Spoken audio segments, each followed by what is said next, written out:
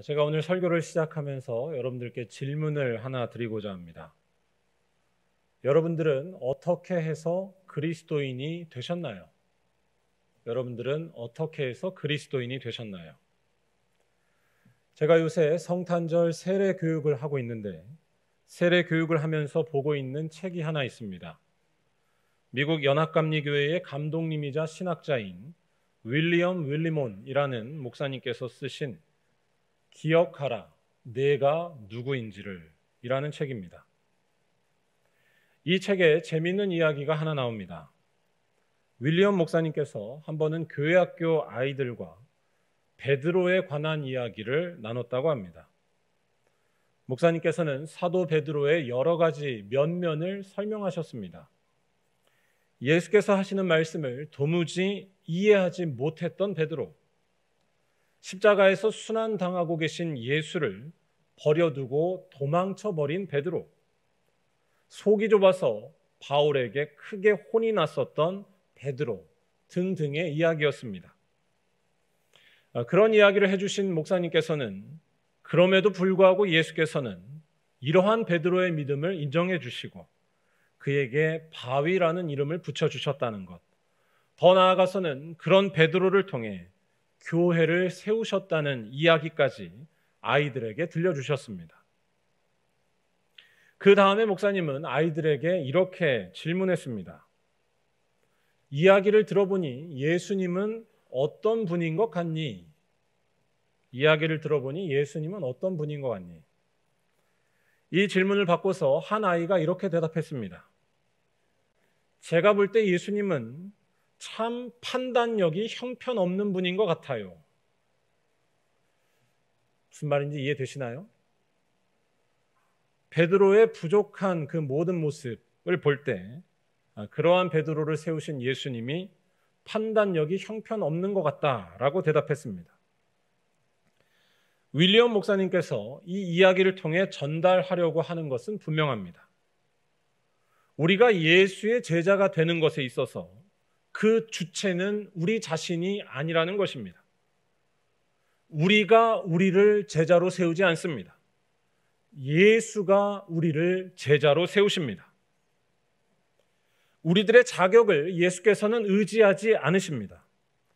예수께서는 그러한 것을 뛰어넘으십니다.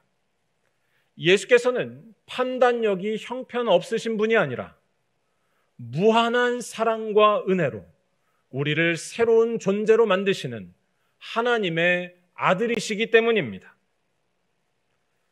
이러한 이야기를 마치 우리들은 그러면 할 일이 없다라는 것으로 오해하시면 곤란합니다. 할 일이 없다고 생각한다면 아직 자기 자신이 누구인지를 모른다는 이야기가 될 뿐입니다. 예수로 인해서 우리가 서 있는 자리는 바뀌었습니다. 예수로 인해서 우리가 서 있는 자리는 하나님의 자녀의 자리로 바뀌었습니다. 아무튼 다시 정리하면 우리가 하나님의 백성이 되는 데 있어서 우리에게는 주도권이 없다는 것입니다. 종종 나에게 주도권이 있다라고 믿는 경우가 있습니다. 어떤 사람은 나의 감정과 느낌이 중요하다고 말합니다. 이런 사람은 일부러 울려고 하거나 마음에 무언가 느껴야 한다라고 이야기하기도 합니다. 그래야 자신이 무언가 떳떳해지고 또한 그리스도인이 될 자격이 생긴다고 생각합니다. 그런데 이러한 태도에는 문제가 있습니다. 이러한 태도는 어디까지나 하나님보다 내가 강조되고 있기 때문입니다. 이건 신앙이 아니라 자기 강박에 가깝습니다. 다시 한번 질문드리면 여러분은 어떻게 해서 그리스도인이 되셨나요? 나의 느낌 때문이 아닙니다. 내가 무언가 행동을 해서가 아닙니다. 그러한 것에 집착하는 것은 아무리 좋은 마음이라도 문제가 됩니다. 이유는 두 가지입니다. 하나는 우리가 결코 하나님 보시기에 온전해질 수 없다는 데 있고, 또한 이러한 태도는 결국 자기에 대한 집중, 자기를 중심에 놓으려는 일종의 교만에 가깝기 때문입니다. 하나님을 밀어내는 것입니다. 즉 우리가 그리스도인이 되는 데 있어서 우리의 자격과 조건, 내 느낌이 작용한 것은 하나도 없습니다. 이 모든 일의 주인공은 예수님이십니다. 예수께서 아무 조건 없이 자신을 내어주시는 그 자비로움 때문에 우리가 그리스도인이 되었고 우리가 자유를 얻었습니다. 예수의 십자가만이 우리를 그리스도인으로, 예수의 빈 무덤만이 우리를 죄인에서 의인으로 새롭게 세워주십니다. 예수의 부르심은 우리의 조건을 의지하지 않습니다. 이것이 복음의 능력이고 기독교인들의 영원한 고백입니다.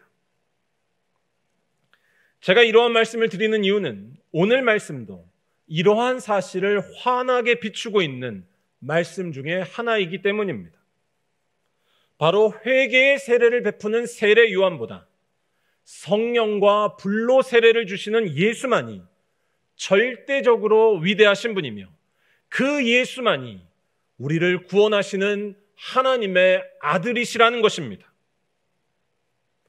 오늘 말씀은 세례 요한이 등장해서 예수께서 오실 것을 예고하는 것에 대한 말씀입니다.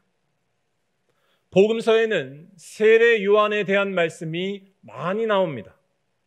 사복음서에 공이 나오고 있고 또 마태복음과 누가복음에는 세례 요한의 이야기가 두 차례에 걸쳐서 나옵니다. 세례 요한의 이야기가 이렇게 복음서 전반에 나오고 있는 것은 초대교회 당시에 세례 요한이 이끌었었던 무리들과 초대교회, 기독교가 밀접했다는 것을 드러냅니다. 예수님과 세례 요한은 가까웠고 서로 우호적이었습니다. 예수께서 세례 요한에게 세례를 받으셨다는 것이 이 사실을 잘 설명해 줍니다. 그런데 동시에 세례 요한은 기독교인들에게 있어서 애매한 존재였습니다.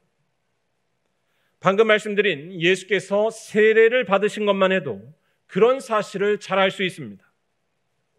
세례를 베푸는 사람은 세례를 받는 사람보다 영적인 권위가 높다고 할 수 있습니다. 그런데 예수께서는 세례 요한에게서 세례를 받으셨습니다. 그렇다면 세례 요한이 예수보다 권위가 높고 예수는 낮은 것으로 오해될 수 있었습니다. 또한 세례 요한은 예수님께 심각한 질문을 던진 적도 있었습니다. 마태복음 11장 3절에서 오실 그이가 당신이니까 우리가 다른 일을 기다리오리이까? 라고 질문한 것입니다. 오실 그이가 당신이니까. 이 질문은 예수가 메시아인 것에 대해서 알 것 같으면서도 모르겠다는 뜻입니다. 또한 조금 더 확실한 증거와 징표를 달라는 요청이기도 합니다. 즉 예수님과 세례 요한 사이에는, 아니 조금 더 정확하게 말하면 기독교와 세례 요한을 따르는 사이에는, 따르는 무리들 사이에는 일종의 긴장 관계가 있었습니다. 그런 상황 속에서 복음서 저자들은 담대하게 예수가 누구신지를 밝힙니다. 예수는 세례 요한보다 위대하신 하나님의 아들이라는 사실입니다. 오늘 읽은 마태복음도 마찬가지입니다. 오늘 말씀은 11절에서 세례 요한이 예수의 신발을 들기도 감당치 못한다라고 말합니다. 예수의 신발을 들기도 감당치 못한다. 신발을 드는 것은 당시의 종이나 노예가 하는 일이었습니다. 다시 말해 세례 요한은 아무리 훌륭해도 예수의 종이나 노예보다 못하다는 것입니다. 예수가 세례 요한보다 위대하며 예수가 더 권위가 있다는 이야기입니다. 11절에서 마태는 이렇게 말하는 이유를 분명히 밝힙니다. 세례 요한은 인간의 삶을 부분적으로만 바꾸는 회개의 세례를 베풀지만 예수께서는 인간의 삶을 전적으로 바꾸시는 성령과 불로 세례를 베푸시는 분이라는 사실입니다. 또한 예수는 마지막 날에 인간의 삶을 심판하실 최종적인 주님이시기 때문에 이 예수께만 인간의 삶을 살리고 죽이는 권한, 즉 구원의 능력이 있다고 선포하고 있습니다. 그래서 우리 주님 예수께서는 비록 세례 요한에게 세례를 받으셨지만 그것이 그의 권위를 훼손하지 않습니다. 오히려 예수님의 낮아짐은 예수님의 참된 권위를 드러낼 뿐입니다. 마태복음 3장 17절에서 예수께서 세례를 받으시자 하늘에서 소리가 들려왔습니다. 이는 나의 사랑하는 아들이다. 하늘의 소리는 하나님의 음성을 가리킵니다. 즉 복음서는 처음부터 예수가 하나님의 아들이라는 사실을 밝히고 있습니다. 이에 반해 세례 요한은 예수를 예비하려고 성경의 예언에 따라서 온 사람일 뿐 예수보다 앞서지 않는다는 것입니다. 아무튼 이러한 예수의 위대함과 또 세례 요한과의 질적인 차이를 잘 이해하려면 우선 우리는 세례 요한을 잘 알아야 합니다. 세례 요한은 어두웠던 유대 사회에 한 줄기 빛처럼 다가온 사람이었습니다. 사막에 살면서 하나님만 의지하고 있었던 세례 요한은 그 옛날 바알 신앙과 싸웠던 엘리야를 떠올리게 합니다. 그는 엘리야처럼 사람들에게 회개를 촉구했습니다. 마음의 더러움과 우상을 버리라고 소리쳤습니다. 그는 특히 회개의 세례를 베풀었는데 그가 행한 세례에는 파격적이고 날카로운 힘이 있었습니다. 예수님 당시의 세례는 유대인들이, 특히 바리새인들을 비롯한 종교인들이 자주 행하던 습관이었습니다. 그들이 세례를 하는 이유는 자신들의 정결함을 세례를 통해 지킬 수 있다고 믿었기 때문이었습니다. 그들이 생각한 세례는 일종의 종교적인 차원의 청결제와 같았습니다. 오늘날 코로나 시대의 용어로 하자면 세례를 손소독제로 여긴 것입니다. 세례라는 예식을 통해 자신들의 부정함이 씻겨진다고 믿었습니다. 그래서 그들은 수시로 세례를 행했고 특히 이방인 중에서 유대교로 개종한 사람들에게 이러한 세례를 강요하기도 했습니다. 이방인으로서의 더러움을 세례를 통해 씻어낼 수 있다고 믿은 것입니다. 그런데 세례 요한은 이러한 유대인들의 세례 관습에 대해 강력하게 비판합니다. 7절에서 세례 요한은 바리새인과 사두개인들을 향해 독사의 자식들아 라고 부르면서 충격적인 말을 합니다. 누가 너희를 가르쳐 임박한 진노를 피하라 하더냐.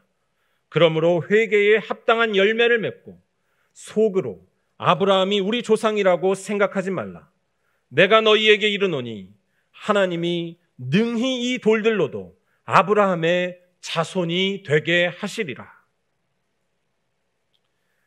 이 말씀에서 세례 요한은 세례의 의미를 분명히 선포합니다. 세례는 자기의 뜻을 위해 사용하는 종교적인 청결제가 아닙니다. 혹은 세례는 자녀의 미래가 잘 되게 하기 위한 미신적인 관습도 아닙니다. 세례는 하나님께로 돌이키는 일입니다.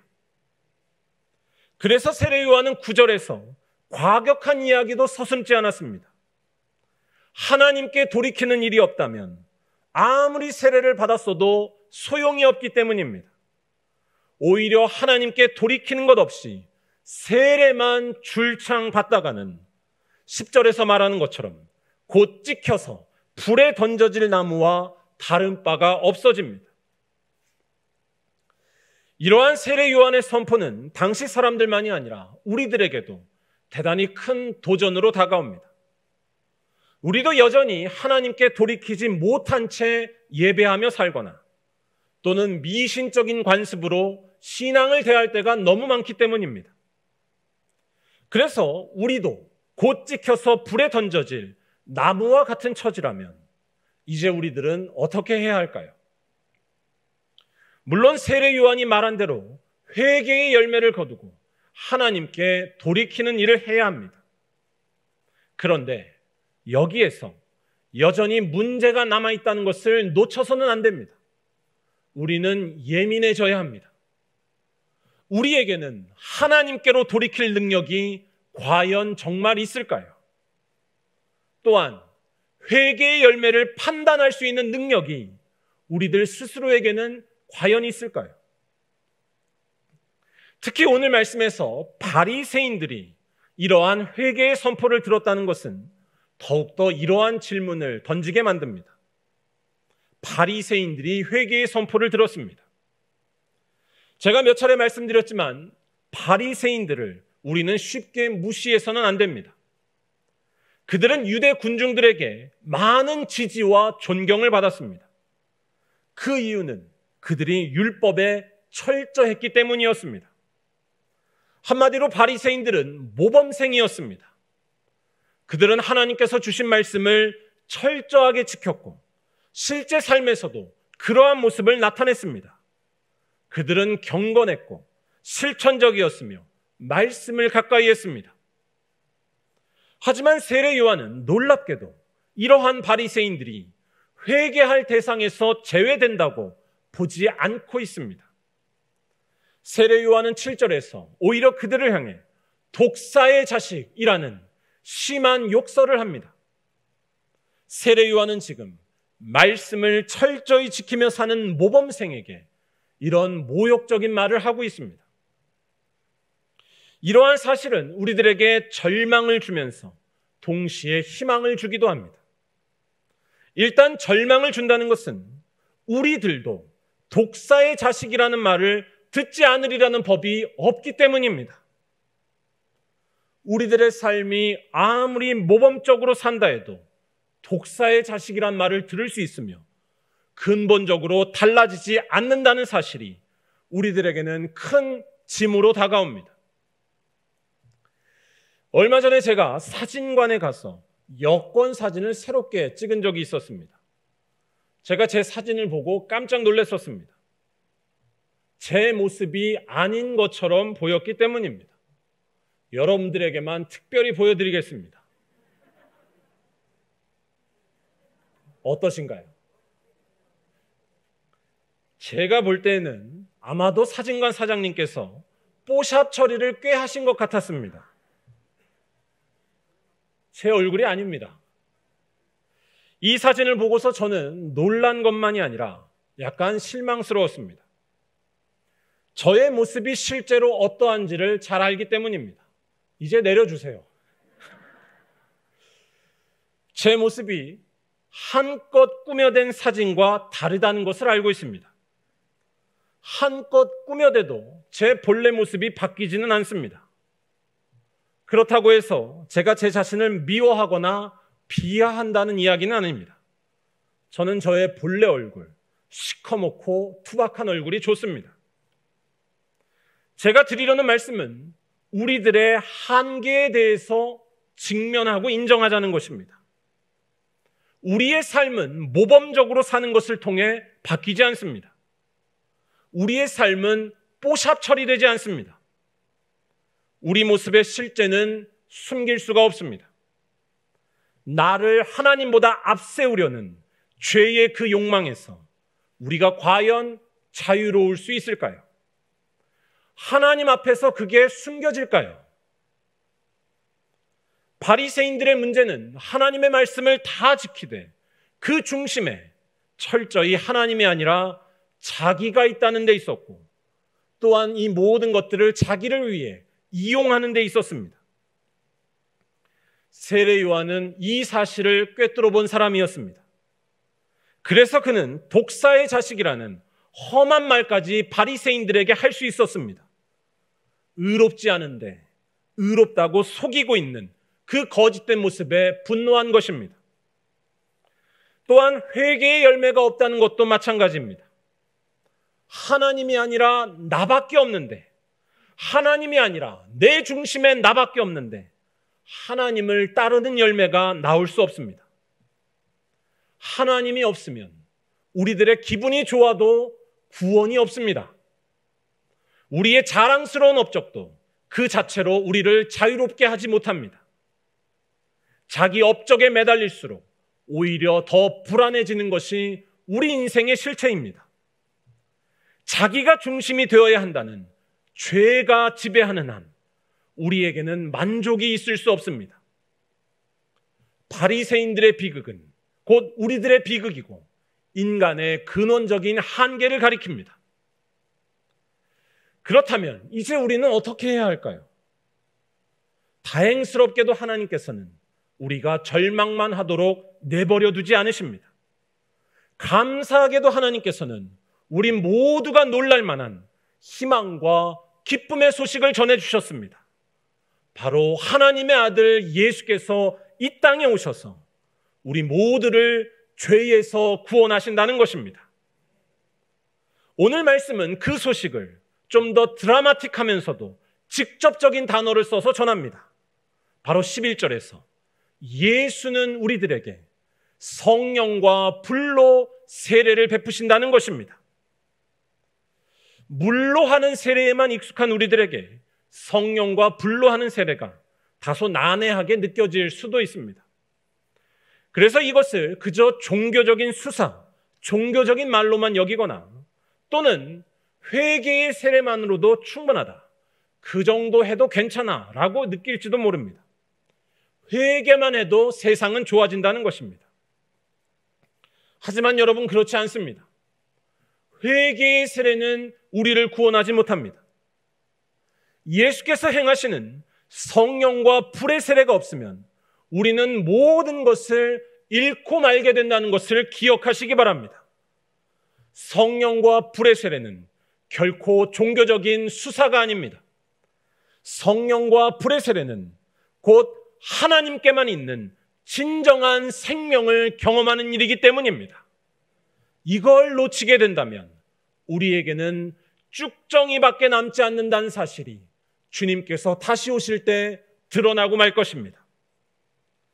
이 사실은 성령과 불에 대한 의미에서 잘 알 수 있습니다.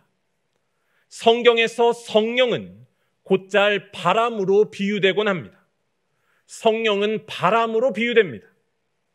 그리고 성경책이 전하는 바람의 이미지는 생명과 관련이 깊습니다. 바람은 생명 현상과 연결됩니다. 이러한 사실은 자연을 잘 보더라도 알 수 있습니다. 제가 유튜브에서 바람이 5분만 불지 않으면 어떻게 될까라는 어린이를 위한 동영상을 봤는데요. 참 좋습니다. 바람이 불지 않으면 지구의 환경은 급격히 변해서 생명이 살 수 없는 상태가 되고 맙니다. 날씨의 변화는 바람에 의해서 가능합니다. 그런데 바람이 없다면 어떻게 되겠습니까? 추운 곳은 극단적으로 추워지고 적도 부근은 찜통으로 바뀌어버리고 이 세상에서 자라날 수 있는 식물은 없어집니다. 즉 바람은 생명을 살게 하는 힘 중에 하나입니다. 이런 사실은 꼭 과학에서만 찾을 수 있는 것이 아니라 우리들 주변에서도 볼 수 있습니다. 지난번에 우리 교회에서 행복대학 소풍을 갔을 때 우리 어르신 권사님들을 보면서도 저는 바람의 힘을 확실하게 느낄 수 있었습니다. 콧바람을 쐬시니까 얼마나 힘이 펄펄 나시던지요. 성경도 마찬가지의 이야기를 합니다.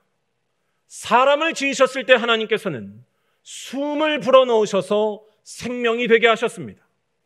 하나님의 바람이, 하나님의 숨이 우리의 생명이라는 것입니다. 또한 초대교회는 성령을 바람과 같은 것으로 경험했습니다. 바람 같은 성령이 임하시자 그들은 완전히 새로운 존재가 되었습니다. 예수의 부활을 믿게 되었으며 두려운 것이 없어졌으며 진정한 생명은 오직 예수께만 끝까지 충성하는 것에 있음을 깨닫게 되었습니다. 바람과 함께 나오는 이미지인 불 역시도 마찬가지입니다. 불의 근원은 태양입니다. 그리고 태양은 모든 생물들을 살게 합니다. 우리가 편리하게 사용하는 전기도 다 태양에서, 불에서 나온 것입니다. 즉 불도 바람처럼 생명을 살게 하는 힘입니다. 그래서 초대교회가 성령을 받았을 때 불과 같은 성령을 경험한 것으로 말하는 것은 괜히 멋지게 꾸며내려고 하는 말이 아닙니다. 이 말은 그들이 생명을 경험했다는 것입니다. 훌륭한 일을 해도 얻을 수 없는 생명을 성령을 통해 경험하고 누리게 되었다는 것입니다. 그리고 그 성령은 바로 예수의 영이라는 것입니다. 다시 오늘 말씀으로 돌아오면 마태가 전하는 이야기는 분명합니다. 예수께서 성령과 불로 세례를 주신다는 것은 예수만이 우리들에게 진정한 생명을 주신다는 것입니다. 예수만이 우리들에게 참된 기쁨을 주신다는 것입니다. 하나님께만 있는 참된 자유와 평안을 예수를 통해서만 얻을 수 있다고 선포하는 것입니다. 또한 이 말씀은 예수만이 우리를 죄에서 구원하신다는 이야기가 되기도 합니다. 스스로의 힘으로는 도저히 참된 회개에 이를 수 없는 우리들이지만 예수를 만나면 참된 회개를 할 수 있습니다. 예수를 만나면 다른 것으로 생명을 얻으려는 노력들, 즉 죄의 유혹에서 우리가 풀려나기 때문입니다. 이미 참 생명을 얻은 자에게 다른 생명을 구하려는 노력은 전혀 필요가 없습니다. 아니, 참 생명을 얻은 자는 생명을 주신 그 주님께 순종하며 살 뿐입니다. 사랑에 빠지면 다른 것이 보이지 않고 사랑 그 자체에 몰두하는 것처럼 예수를 만난 자도 마찬가지입니다. 죄로부터 자유해지고 오직 하나님을 향해서만 열려있는 것입니다. 성령과 불의 세례만이 우리를 새롭게 하는 줄로 믿습니다. 사랑하는 우리 말리온교회 모든 성도 여러분, 맨 처음에 말씀드렸던 베드로 이야기를 기억하시기 바랍니다. 베드로처럼 부족한 자를 택하신 예수님은 판단력이 형편없는 분이 아니었습니다. 예수의 입에서 나온 바람과 불이, 예수의 입에서 나온 바람과 불이 부족한 베드로를 새롭게 만들었으며 죄인의 괴수였던 우리들을 하나님의 자녀로 삼아주신 줄로 믿습니다. 예수의 입에서 나온 바람과 불이 베드로를 죽을 때까지 예수께 순종케 했으며 예수의 입에서 나온 바람과 불이 우리 모두를 하나님의 자녀로 살게 하시는 줄로 믿습니다. 여러분들은 지금 이 예수의 바람과 불을 경험하고 계신가요? 우리가 예수의 바람과 불을 경험한 사람이라는 사실은 세례 요한이 선포했던 회개의 열매에서 나타날 것입니다. 회개의 열매는 오직 자기를 부인하는 자에게서만 나타납니다. 자기가 없어져도 아무런 문제가 없는 사람들만이 회개의 열매를 거둘 수 있습니다. 이것을 더 구체적으로 말하면 남을 위해 섬기는 일, 가난한 이웃을 위하여 내가 가난해지는 일입니다. 나누는 일이 전혀 아깝지 않은 것입니다. 왜냐하면 예수라는 절대 생명을 경험했기 때문에, 예수를 통해 세상에서 가장 부유한 자가 되었기 때문에 자기를 중심에 놓으려는 죄의 끈질긴 유혹에서 자유할 수 있으며 동시에 주님의 뜻을 위해서만 평생 순종할 수 있기 때문입니다. 모든 것을 드릴 수 있습니다. 예수를 알아본 세례 요한이 그러했으며 예수를 따르는 우리들이 바로 이러한 모습으로 더욱더 변화해야 할 줄로 믿습니다. 바라기는 이러한 믿음으로 이번 대강절 우리들에게 성령과 불로 세례를 베푸시는 예수님을 간절히 기다리시고 그리하여 이 예수님을 만나 새로운 존재로 변화하시는 말리온교회 모든 성도들이 다 되시기를 주님의 이름으로 간절히 축원합니다. 기도하겠습니다.